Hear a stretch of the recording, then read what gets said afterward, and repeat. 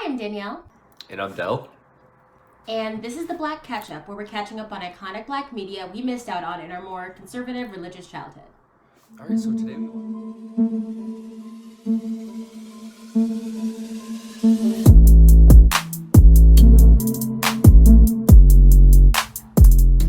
so today we watched A Thin Line Between Love and Hate. Yes, this is a viewer request one, and I say that not having the viewer ready, but I will have their name right here.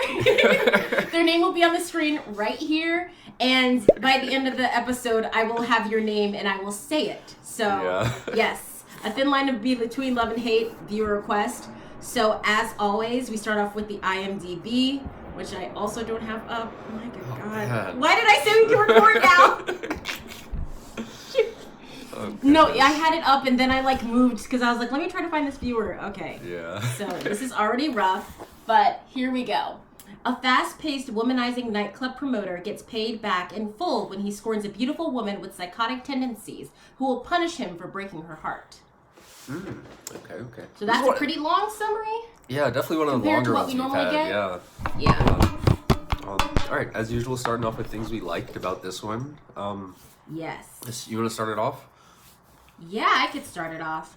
So the first thing I had was just know that this section is going to be filled with Brandy moments because she was my favorite character in this entire thing. Yeah. I don't know what that says about me, but Brandy was everything to me. So my first note was she was just wonderfully unhinged, and she had a really nice escalation of her behavior. It wasn't ever just all of a sudden, bam. It kind of started off a little subtle. She seemed so put together and she was just holding it together. And then you slowly start to see that she's a little on the obsessive side, a little on, a little kind of a crazy. I don't like using that word, but she's a little in love with him. And then she slowly starts escalating her behavior from sending that cake to just showing up in his house. And then throwing a brick in his windshield. She was wonderfully unhinged and I really liked it. Yeah, no, same. I second everything here. She was definitely my favorite part of the movie. Yeah. The point I had where the movie shifted was when they were in the bed and she goes, "Yeah, I killed my last husband." That was kind of that shift. And from that point on, you just kind of slowly see her kind of just do crazier and crazier things. And no, I thought it was perfect. My favorite thing she did was jacking the tires off his car in front of the police station. Yep. And then Martin Lawrence gets out and is like, "No, in front of the police station." I know. But, and this is after he's trying to get a restraining order on her. Yeah. So it's just wonderful. Yeah, I thought she was beautifully done in this one. I also did like Martin Lawrence in this one. I thought he took a while to kind of grow on me in this one. He definitely did for me. But definitely once that switch happened and Brandy became that obsessive kind of crazy ex-girlfriend, I thought he got a lot funnier when he was playing less the womanizer role and more just the okay, I'm in love with Mia, but I still have this other person kind of stalking me kind of thing. But I thought he got a lot funnier once that kind of shift happened in the movie. Yeah, I like that too. I'll say I liked the overall premise of this movie where it's the ladies' man who kind of just is constantly going after women without a care in the world. But then he ends up going for the wrong woman, and then there's crazy repercussions. Because this movie kind of flipped the script as to what I thought it was going to be. Because I didn't read anything about it when it was suggested. I was just A Thin Line Between Love and Hate. We got our movie for this week. I saw that and I was oh, he's going to end up with her and he's going to learn to love this woman who's slow to warm up to him. And they kind of flipped it and he ended up with his best friend, Regina Hall. So I just like the overall premise of the movie in general. I thought it was pretty strong as a premise. Yeah, I like the premise too, and it Notice definitely how wasn't I'm just what I saying expected. premise though, because I do have problems with this movie. Yeah. No, I like the premise of it too. It definitely wasn't what I expected either. I think definitely for that first half, I kind of was prepared to kind of hate this movie, or not hate it, but just not I was expecting this to not really be the movie for me. Just kind of watching Martin Lawrence be a womanizer and getting that kind of same kind of cheesy BS love story. Oh, I found this one, she's beautiful, so I'm gonna, throw away all my player ways and change. But it wasn't that movie, which I did also really appreciate. I don't know if I had any more specific scenes or anything for this one. The other specific scene I have was Brandy from hitting herself with fruit in a sock to Oh, the hospital. I just yeah. loved it. Yeah. I was like, oh, she's gonna set him up, and then she like just has fruit, and she's like banging, she's like beating herself up, like so it looks like he abuses her, and then in the hospital, she's like, oh no, she's like trying to get him to love her again. Like she even like gave Mia's name, and like that's why Lawrence rushed in there, and then she's like, oh, I'm so sorry, like I still love him, like oh my gosh, that was chef's kiss, so good. No, I thought that was good too. And then the scene with her with like the gun, I don't even remember what was happening in that scene, but just her like threatening Martin Lawrence with the gun and just like making him like crawl up the stairs kind of thing. Like, yep. She was like, about to kill him in the bathtub. Yeah, she was great. yeah, like all the highlights of this movie were her. I like that she dressed sexy for it too. Like, if you're gonna kill someone, that's how you do it. That's how you do it. Definitely. But she was definitely the highlight of this movie for me. Yeah, like literally all of my positives are Brandy. Yeah, yeah. Same. So I guess we're on to negatives if you don't have any more positives. Yeah, we're on to negatives now. Yeah, I guess I'll kick it off. I kind of like touched on this, but I thought it got off to like a really kind of slow and just dragging start. They spent a lot of time setting up the fact that this guy's a player, which honestly doesn't need that much screen time to set up. You know, I think I know. You probably could have like, set it up in 10 minutes. You know, like 10, 15 minutes of him like, you know, going to his various girls. Like you probably could have set up the same thing, but it felt like that first like 45 minutes was just all like set up for, again, like, and just setting up the fact that he's a player and like this girl is like beautiful kind of thing.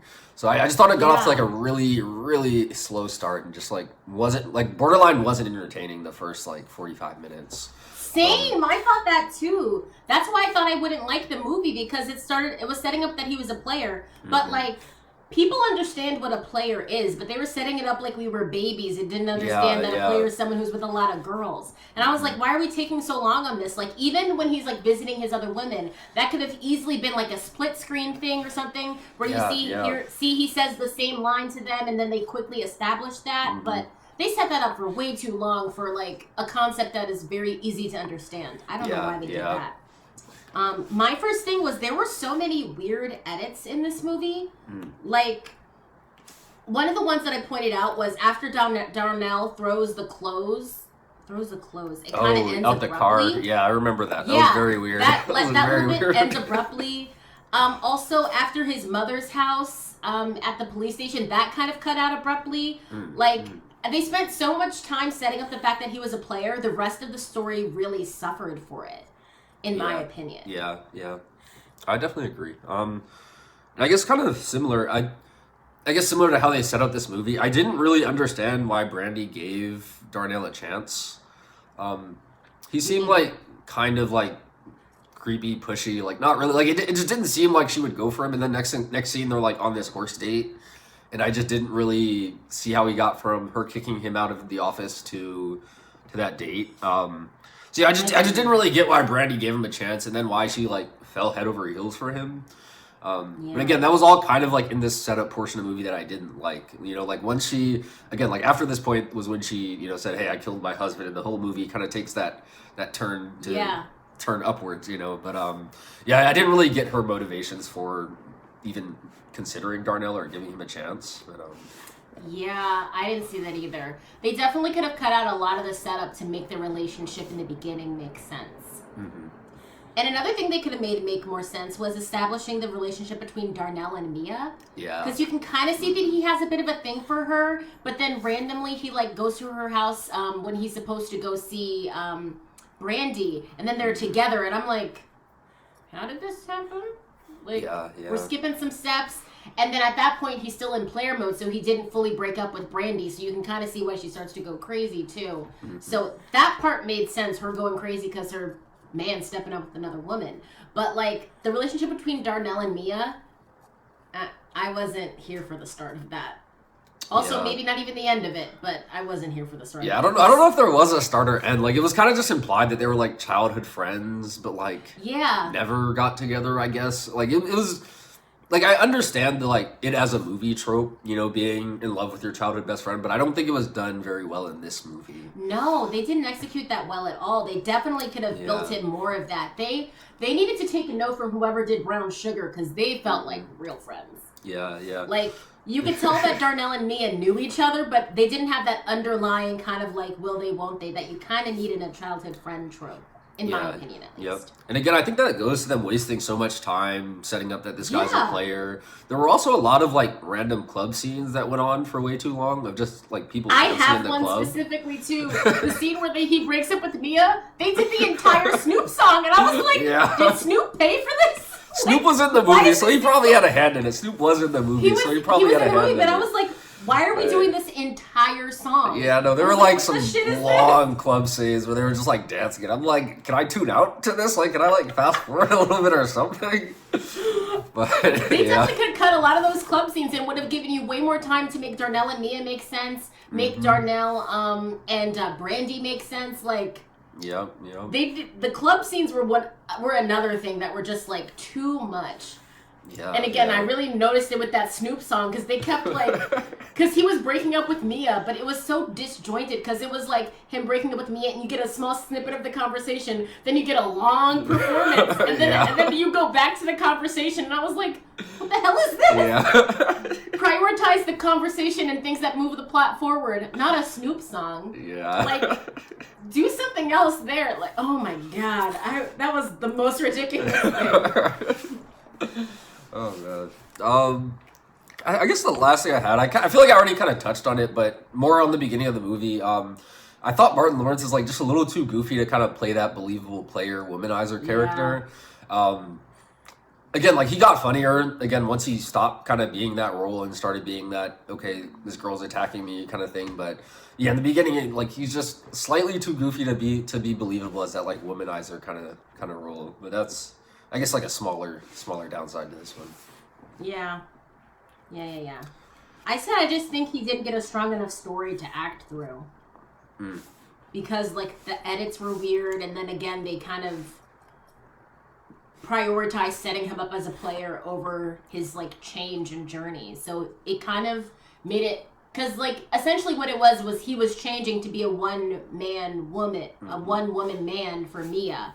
But you don't really see that like stark contrast between him like being super duper playery and then like changing his ways for Mia while still having Brandy in the background acting crazy.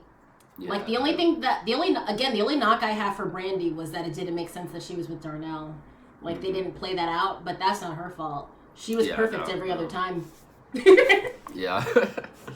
I guess a note on the writing. Apparently, Martin Lawrence did co-write this one, so I guess he didn't set himself up to succeed. No.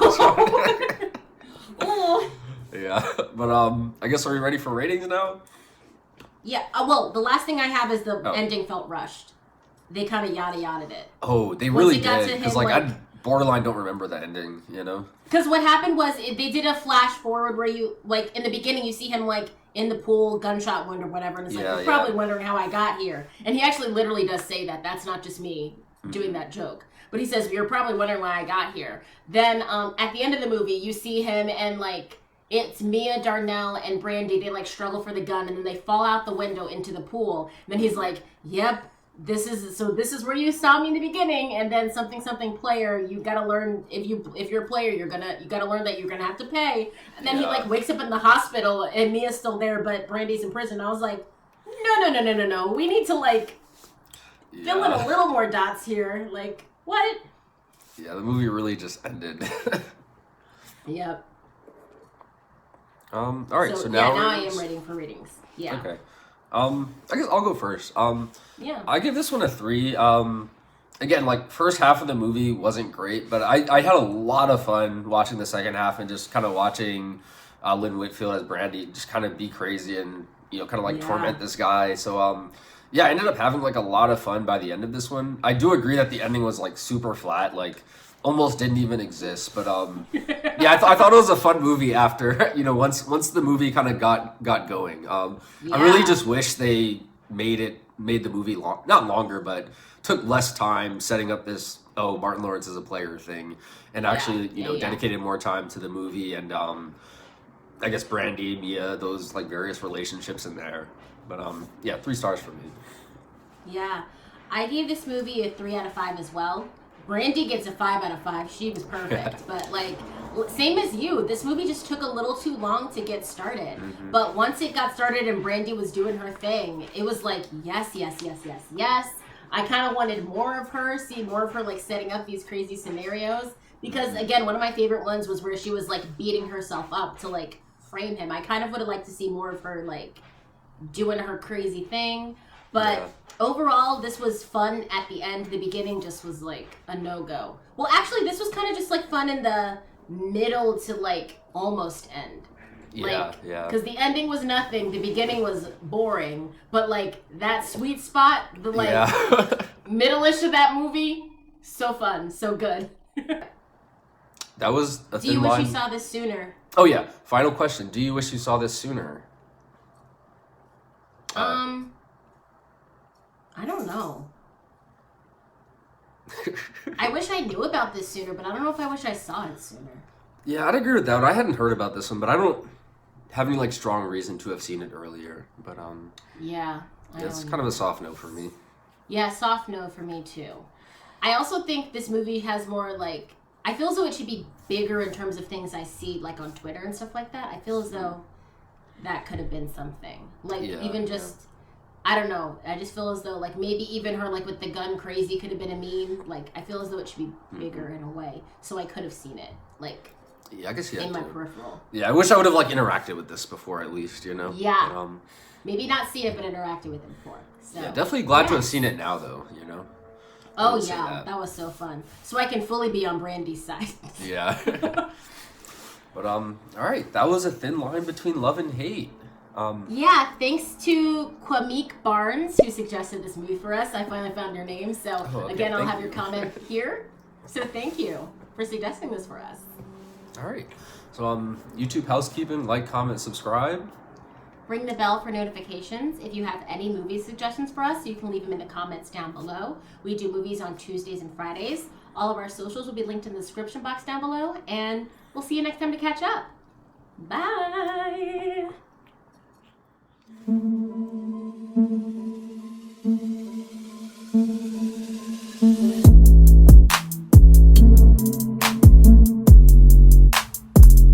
I had so much fun. And also, Lynn Whitfield, I believe, is Brandy. Mm-hmm.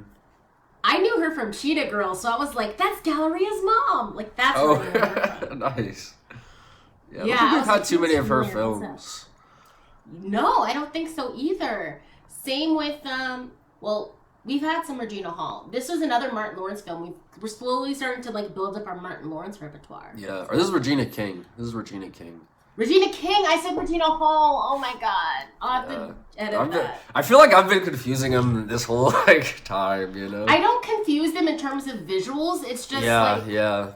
No, they're both named Regina, and sometimes I pick the wrong last name. Like, I know what they look like. That's exactly how it happens. That's exactly how it happens. It's literally not even like I think they look similar, because they definitely don't. No, it's they just don't. It's just like occasionally I'll think Regina, and they'll be like, is this Regina Hall or Regina King? I just need to like take the extra time to like just take that second to like think, you know, to really evaluate and be like, yes, the one I'm thinking of. Yeah. But yeah, so now I need to make sure that I edit that when we do it and just put up, Regina King.